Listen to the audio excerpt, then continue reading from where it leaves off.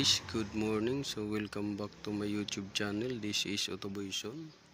So mayroon tayong ginagawa dito na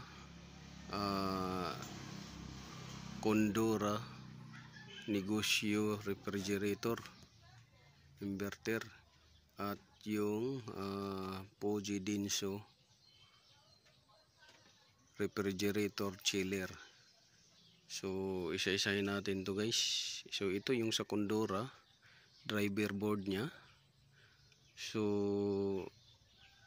bakit tinanggal natin to? Dahil chinik natin yung mga diodes, chinik natin yung mga resistor, chinik natin yung mga kapasitor nito at fuse nya. So ito yung itsura ng Condura negosyo refrigerator inverter driver board. So ito yung driver board nya. So bakit nga ba tinanggal natin to? So ang issue nito guys ay nabasa. Ang pinaka issue nito, nabasa ng tubig. So bakit nga ba nasira to? Dahil yung pinaka root cause nya kaya nasira to, nabasa ng tubig. So base doon sa ating customer na after nung nangyari ng pagkasunog doon sa Parang, kasi malapit lang tayo, nasa Tigabong lang tayo, pagsaksak daw nila nito, ayun, putukan na yung valve nila at siraan na yung refrigerator nila, ayaw na gumana. So pinaayos nila sa electric cooperative provider dito sa atin sa Karkan Magkarlan yung linya patungo sa bahay nila kasi may short. So ang problema ay bakit hindi nag-automatic itong ano nito,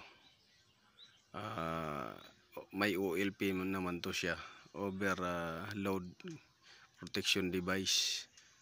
Bakit hindi nag-shut off at hindi gumana yung compressor? May ilaw sa loob ng refrigerator.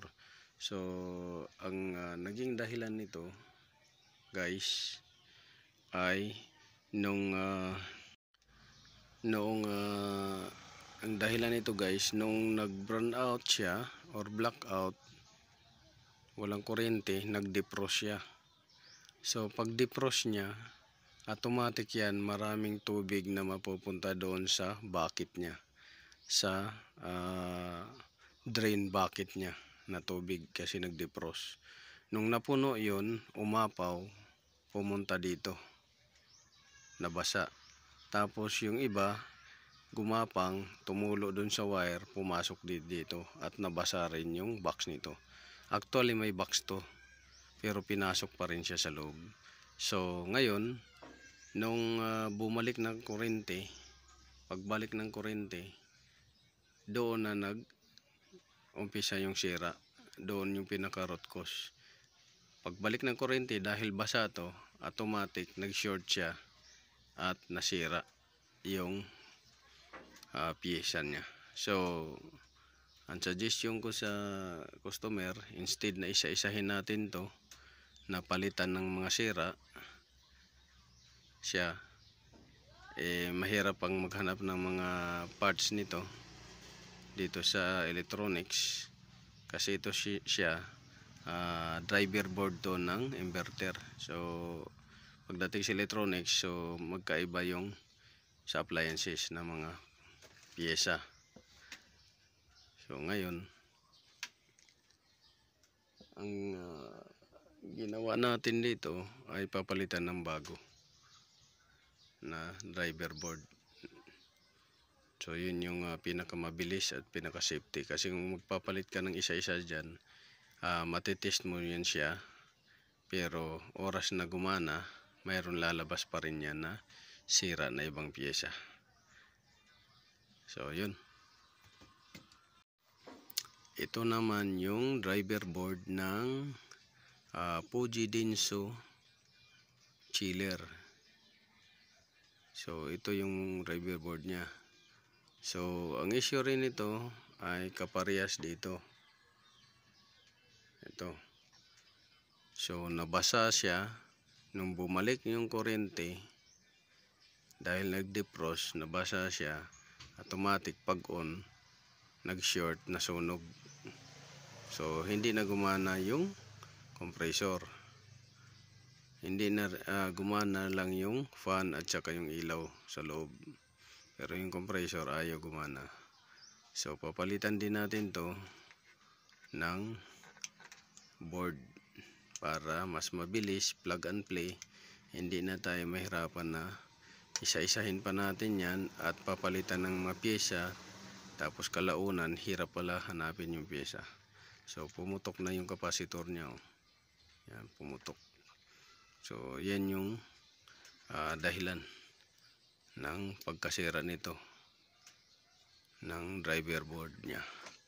So kung halimbawa nakaranas kayo na ilang buwan, ilang linggo gumagana yung ano ninyo, refrigerator or yung chiller, tapos nagkaroon ng brownout or blackout, tapos kalaunan ay inaandar ninyo ngayon, ang iiwasan ninyo, wag nyo kagad paandarin. Tingnan ninyo yung likuran, baka puno na yung bucket ng drain, bucket ng tubig. So yun yung titingnan ninyo. Tapos tingnan ninyo kung basa yung box nito, mga box nito. Hanginan lang ninyo kung may blower kayo bago nyo pandarin, or else pabuksan ninyo sa technician para secure. Kasi mas mahal kung masira ito kaysa yung patitingnan ninyo sa technician kung nabasa or hindi bago nyo paandarin. So yun lang, this is Autoboyson. Sana nakakuha kayo ng konting alaman. I-update ko kayo sa dalawang unit na to. Ito sa chiller, ito sa refrigerator. Puro sila inverter, puro sila may driver board. So once again, this is Autoboyson. Maraming salamat. Good morning. God bless.